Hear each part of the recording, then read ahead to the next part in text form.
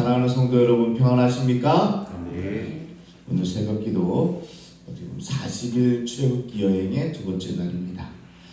여러분, 호랑이는 죽어서 가죽을 남기고 사람은 죽어서 뭘 남기죠?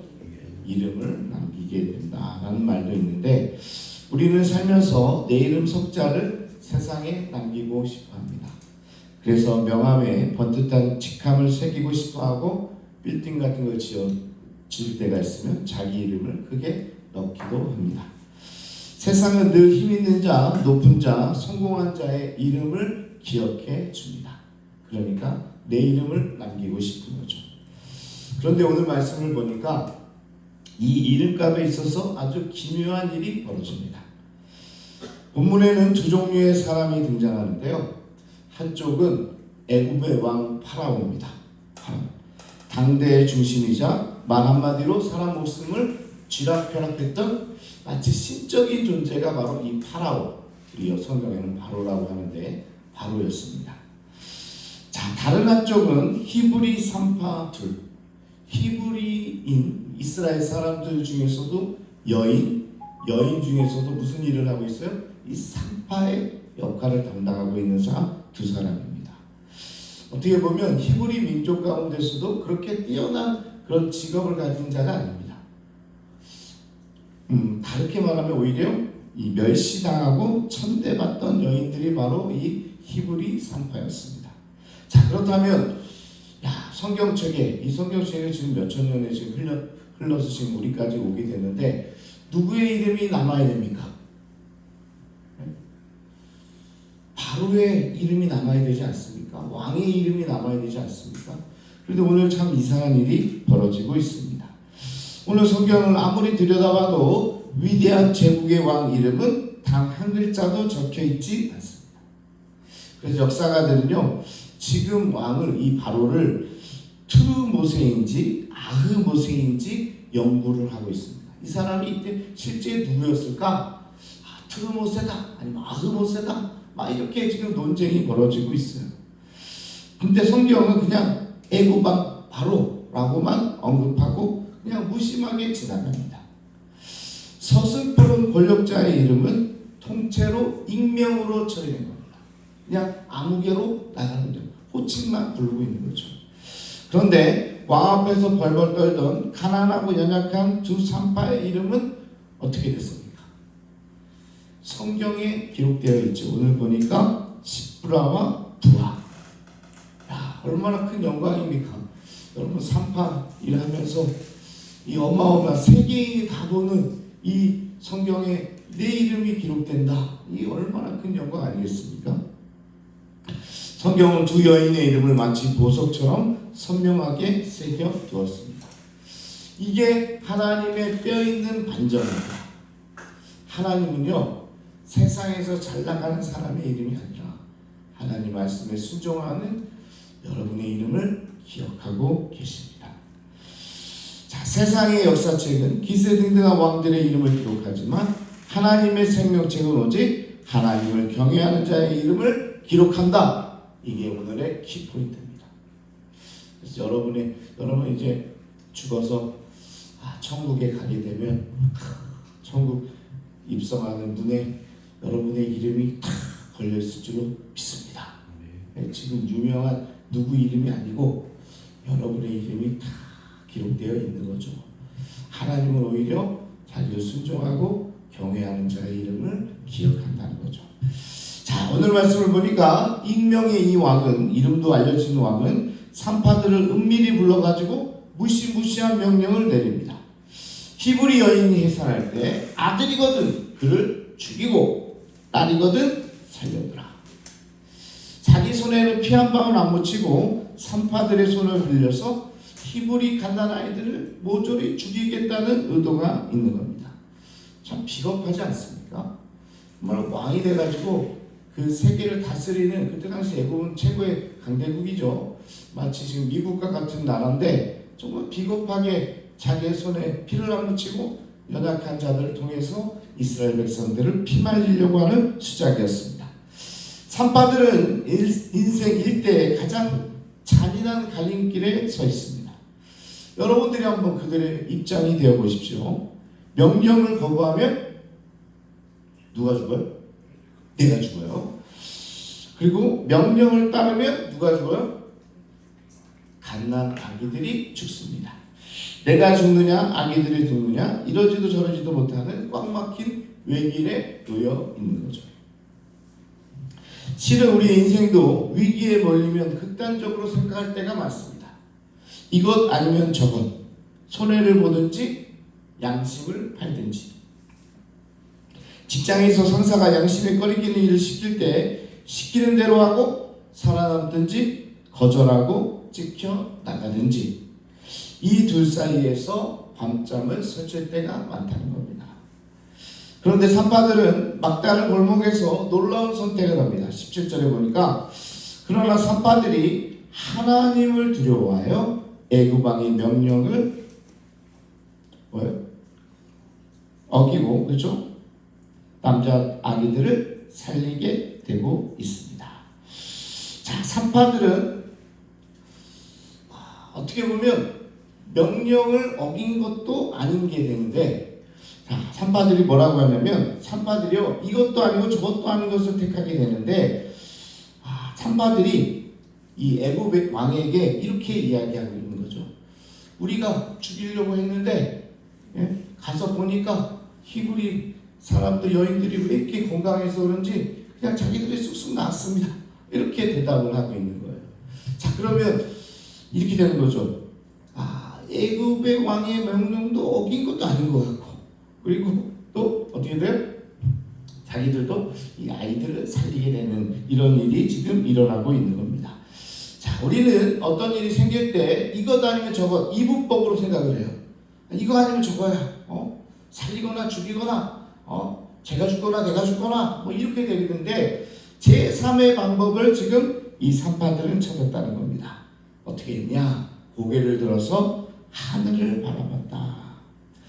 눈앞의 왕이 아니라 보이지 않는 하나님을 바라봤습니다. 그러자 막혀있던 외길이 제3의 길로 열리게 된 겁니다. 할렐루야. 이게 하나님의 방법이에요. 이분법, 흑백 논리, 흑 아니면 백, 둘 중에 하나를 선택해. 아니에요. 회색 지대도 있는 거죠. 중간 지대도 있는 겁니다. 내가 죽는 길도 아기가 죽는 길도 아닌 모두가 사는 길을 오늘 산파들은 찾고 있었다. 그 방법이 바로 하나님을 바라보는 거죠. 막다른 골목에 섰거든 좌우를 보지 말고 위를 바라보시기 바랍니다. 하나님을 경외하는 자에게는 늘 제3의 길이 열릴 줄로 믿습니다.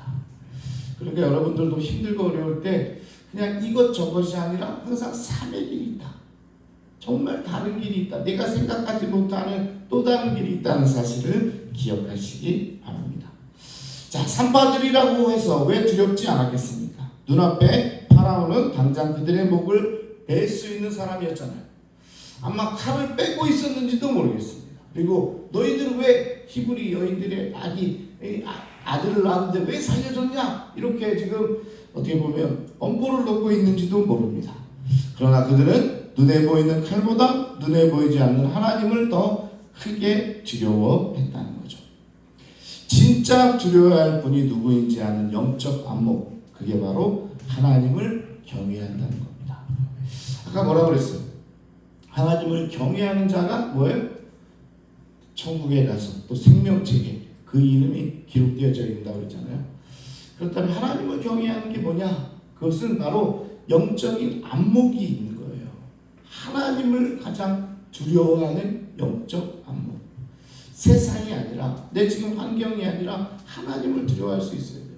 내 지금 신앙생활에 여러 가지 문제점을 가지고 있을 때 우리가 하나님 앞에 두려움을 가지고 있어요. 내가 이렇게 신앙생활해서 되겠냐?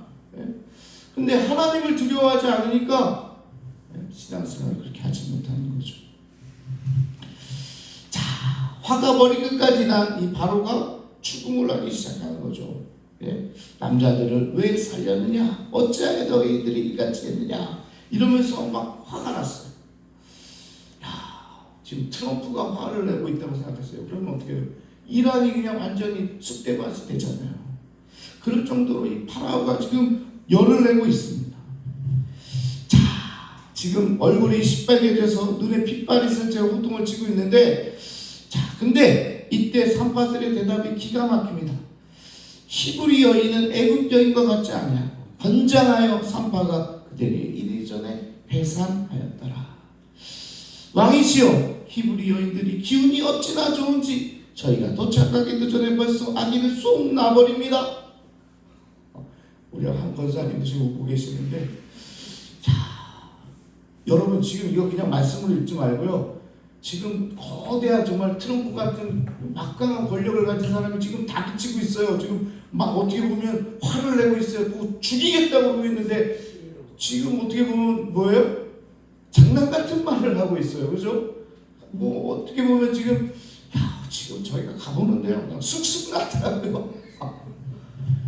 이렇게 농담처럼 받아치고 있습니다. 서슬퍼런 왕 앞에서. 이게 진짜 말이 되는 게 아닙니까?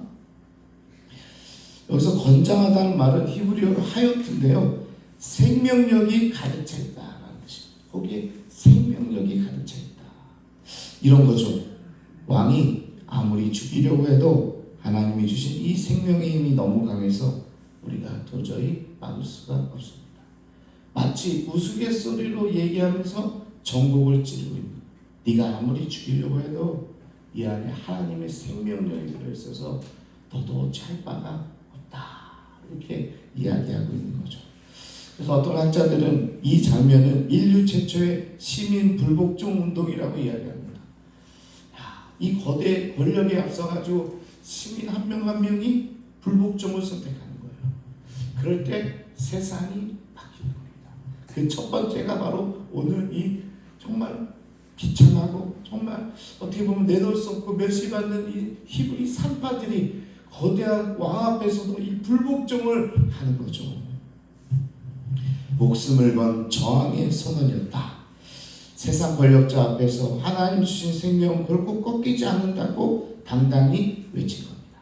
그걸 보고 하나님은 기뻐하십니다. 하나님도 히브리 산파를 보면서 기뻐하시는 거죠. 21절에 보니까 하나님께서 산파들의 집안을 흥왕하게 하셨다라고 한 줄로 적혀 있어요. 당시 산파들은요, 평생 남의 해산만 돕느라 정작 자기 자식을 두지 못한 외로운 여인들이 많았다고 해요. 아기를 낳지 못하는 이 여인들이 산파의 역할을 담당했다고 합니다. 그런데 그런 그들에게 하나님은 인생에서 가장 결핍되었던 바로 그것, 가정과 자녀들을 복으로 주셨어요. 그것도 한두 명이 아니라 얼마나 많이 주셨으면 흥왕했다고 성경에 기록되어 있잖아요. 하나님을 두려워하고 경외하는 자들에게 하나님께서 가장 좋은 곳으로 채워주신 거죠. 남의 아기를 살리러 목숨을 건 손에 하나님이 친히 가정을 안겨주신 겁니다. 시브라와 부하처럼 가장 깜깜한 어둠 속에서 오직 하나님을 경외함으로 생명을 살려낸 현대판 산파들이 있었습니다. 한 분을 제가 예를 들어서 말씀을 드릴 텐데요. 2차 세계대전 당시 폴란드의 간호사이자 사회복지사였던 이레나 샌들러라는 여인이 있었는데요. 나치가 유대인들을 짐승처럼 학살하던 그 시절 수많은 유대인 아기들을 굶어 죽이고 또 병들어 죽어갔습니다. 모두가 총칼이 무서워서 숨죽이고 있을 때 이 이레나는 목숨을 걸고 그 아기들을 살리기로 결심합니다. 유대인 아기들이요, 먹지 못해서 또 병들어서 다 그냥 죽어가고 있어요. 왜냐하면 돌보지 못하게 했으니까요. 그때 이 폴란드 간호사였던 또 사회복지사였던 이레나가 아기들을 살려냅니다. 구급차 짐칸에 시신 운반용 자루에다가 심지어 공구함 속에 아기들을 숨겨가지고 검문소를 빠져나갔대요. 대단하지 않습니까? 살려주면 자기 목숨이 위태롭죠. 그래도 아기들을 보니까 어떻게 하면 살리려고 이 여인이 한 겁니다. 근데 검문소를 지나갈 때마다 이 독일 사람들이, 나치 사람들이 개를 두고 혹시 무슨 물건이 있는지 또 애가 있는 사람이 있는지 짖게 이제 하려고 개를 뒀어요. 그랬더니 이 여인이 이제 지혜를 발휘해가지고 자기가 지나갈 때마다 그냥 개가 짖도록 만든 거예요. 그러니까 이제 지나가는데 아기들이 너 울지 마 그러면 안 옵니까? 아시잖아요. 우리 부모님 잘 아시죠? 애들 야 너 울지 마. 지금 안아주고 있잖아. 그럼 더 크게 우는 게 애들이잖아. 그러니까 지나갈 때마다 애들이 막 우는 거죠. 그런데 뭘 훈련시켜놨어요? 개를. 원래 개가 감시하는 개인데 개를 훈련시켜가지고 지나갈 때마다 개가 더 크게 짖는 거예요. 그러니까 애기 울음소리가 안 들렸답니다. 그래서 정말 수많은 아이들을 살렸는데 여러분 놀라지 마십시오. 무려 2,500명의 아기를 살립니다. 아기가. 야, 대단한 거 아니십니까? 자, 거기에 그치지 않고 훗날 아이들이 진짜 부모를 찾을 수 있도록 아이들의 본래 이름과 바뀐 이름을 종이 쪽지에 적어서 유리병에 담고 자기 이웃집 사과나무 아래에 묻어뒀다고 합니다. 야, 아기들의 이름을 바꿔야 될 거 아니에요. 그래야지 어떻게 살아나는지 좀 찾지 못하게 해야 되는데 그 이름까지 원래 이름까지 적어가지고 다 숨겨놓은 거예요. 근데 결국은 비밀 경찰에게 붙잡혀서 모진 고문으로 두 다리뼈가 부러지고 이 여인이 사형 선고를 받게 됩니다. 그러나 사형장으로 끌려가는 순간까지 단 한 아이의 이름도 누설하지 않았다네요. 그래서 죽을 운명에 처했지만 해방이 되고 훗날 노년이 됐는데 기자들이 이렇게 물어요. 어떻게 그런 영웅적인 일을 하셨습니까? 묻자 그녀는 수줍게 대답합니다. 저는 영웅이 아닙니다. 아버지가 늘 말씀하셨어요. 사람이 물에 빠져 허우적대면 수영을 할 줄 아는지 묻지 말고 무조건 뛰어들어 건져내라. 이렇게 말씀하셨어요. 저는 그저 그 가르침에 순종했을 뿐입니다. 자, 수많은 유대인을 학살한 나치 고관들의 이름은 역사 속에서 가장 수치스럽게 잊혀졌지만 그러나 생명을 살리려 자신을 던진 이레나의 이름은 오늘도 온 세상에서 가장 빛나게 비추는 그런 별이 되고 있다는 겁니다. 마치 시브라와 부하처럼 이레나의 이름도 아마 영원히 남게 될 줄로 믿습니다.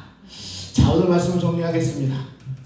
오늘 하루 가정에서 일터에서 이것이냐 저것이냐 막다른 골목에 몰리거든 좌우로 두리번거리지 말고 딱 한 번만 위로 바라보시기 바랍니다.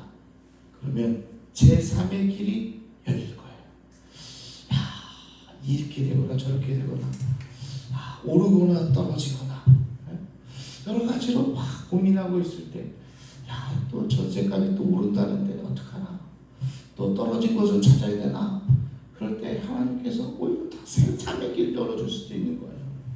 한번 기대해 보십시오. 또 살면서 야, 두 길에 다 이 길로 갈 수도 없고 저 길로 갈 수도 없고 그런 상황 가운데 야, 죽거나 살거나가 아니라 또 다른 길로 하나님께서 인도해 주시는 거죠. 눈앞에 파라오 대신에 하늘의 하나님을 바라보시기 바랍니다. 그 작은 믿음의 결단, 작은 순종 하나가 여러분의 가정을 살리고 일터를 바꾸는 위대한 구원의 시작점이 될 줄로 믿습니다. 세상은 끝내 파라오의 이름을 잊었지만 당시에는 알았겠죠. 근데 지금은 아무도 모르잖아요. 그러니까 당시 모든 사람들은 잊었지만 하늘은 시브와 푸아의 이름을 영원히 기억하고 오늘 하나님을 경외하며 살아가는 여러분의 이름도 생명책에 또렷이 새겨져 있다는 사실을 잊지 마시기 바랍니다. 야, 오늘 다른 사람들은 저기 부산에 사는 사람들이 여러분의 이름을 알겠어요? 모르죠. 아니 부산만 아니라 하남 저쪽에 사는 사람, 저 미사에 사는 사람들은 이 성산교에 누가 있는지 모르겠죠. 그런데요, 그분들이 다 천국에 다 가게 되면 여러분의 이름이 반짝반짝 빛나고 있을 겁니다. 왜요? 하나님을 경외하는 삶을 살았기 때문에, 하나님을 두려워하는 삶을 살았기 때문에 그런 마음으로 여러분들이 오늘 살아갈 때 여러분의 이름도 생명책에 기록될 것이고 그렇게 살아가는 여인들에게 훗날 부하처럼 가장 빛나는 이름이 될 줄로 믿습니다. 이 시간 우리 주여 한번 부르시는 통성으로 함께 기도하겠습니다. 오늘도 이것과 저것에 정말 둘 다 할 수 없는 상황 가운데 눈을 들어서 하나님을 바라보고 다른 게 아니라 저 파라오 왕의 정말 호통치는 모습에 두려워 떨지 않고 오히려 하나님을 경외하고 하나님을 두려워하고 나에게 혹시 문제가 있는지 하나님이 원하시고 기뻐하시는 것이 어떤 것인지 하나님의 뜻에 따라 살려고 결단하는 신부와 부하가 되기를 원합니다. 그럴 때 나의 이름도 생명책에 기록될 뿐만 아니라 가장 빛나게 되고 영원히 남게 되는 이름이 될 줄로 믿습니다. 그런 마음으로 시간 우리 주여 한번 부르시고 동성으로 함께 기도하겠습니다. 주여